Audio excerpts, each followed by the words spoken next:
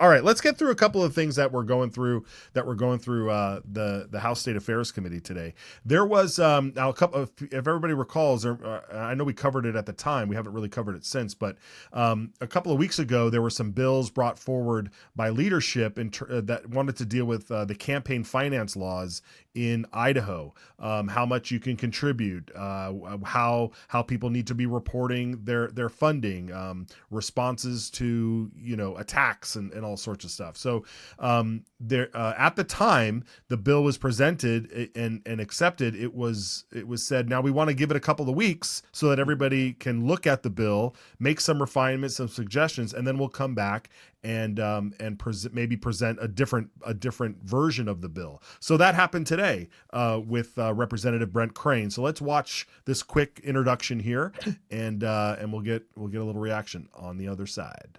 Chairman, members of the committee, my name is Brent Crane, a state representative from District 13 in Nampa. What are the primary changes in RS 32636? There are at least three changes that I am aware of.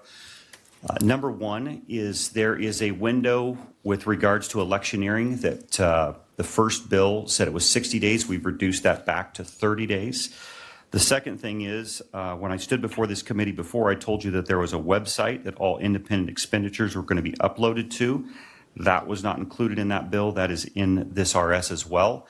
And then the donation amounts were $5,000 for legislators in the previous draft. This one is $2,500. Again, not saying where I'm at on this particular issue, but I'd like to get this introduced to at least get the discussion started. Representative Mickelson. Move to introduce RS 32636, Madam Chairman. Okay, so there it was. It was introduced, and let's have the discussion. I haven't read the bill yet. Again, I read the first one. Haven't read this one, but real quick, just on a personality kind of thing here, it didn't look as though as Brent Crane was particularly thrilled with the changes or with the bill in particular. I mean, what was your take on some of that body language and his own admission that he's not going to say where he stands one way or the other at the moment?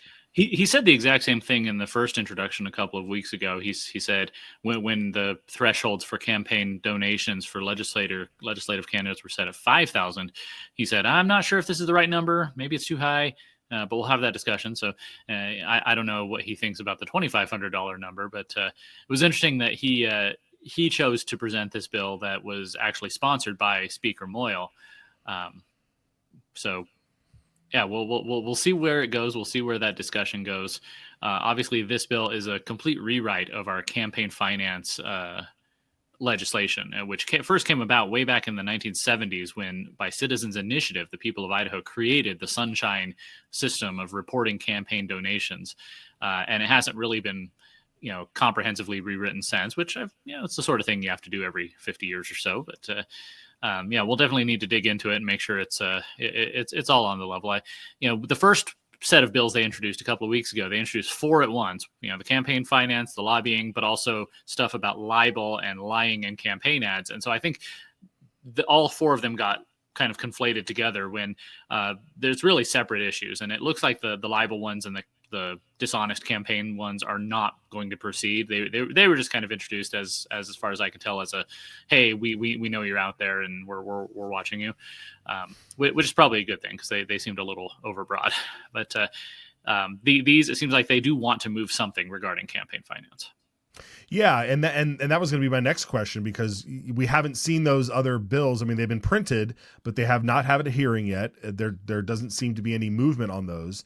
The one on lobbyists, the one on campaigning, that one definitely, obviously, we're seeing them be modified, and so do we expect them to get a full hearing and maybe used as sine die bait? As like, hey, if you guys want to get out of here, we won't be able to pass the budgets until we get out of here, right? Because you got to pass the budgets first.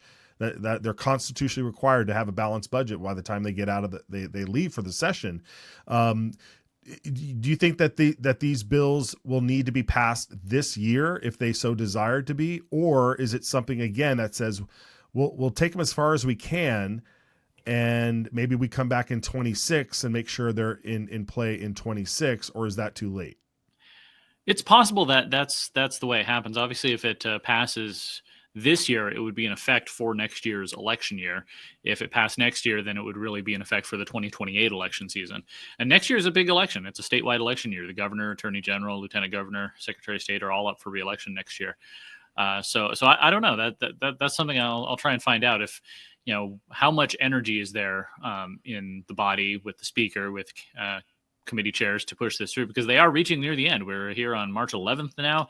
They were hoping to be done by March 22nd. I don't see that actually happening, but it would still need a full hearing on the House side, floor vote, full hearing on the Senate side, floor vote. So if they want to get it through, they're going to have to get moving. So Yeah. it's possible they hold it till next year. Yeah. Okay. All right. Well, enough on that. Like I said, once these bills really get going, then we'll dive into them. But we don't want to waste our time just dealing with a lot of the noise that's out there at the moment. Let these folks do their thing, and we'll keep tabs on it.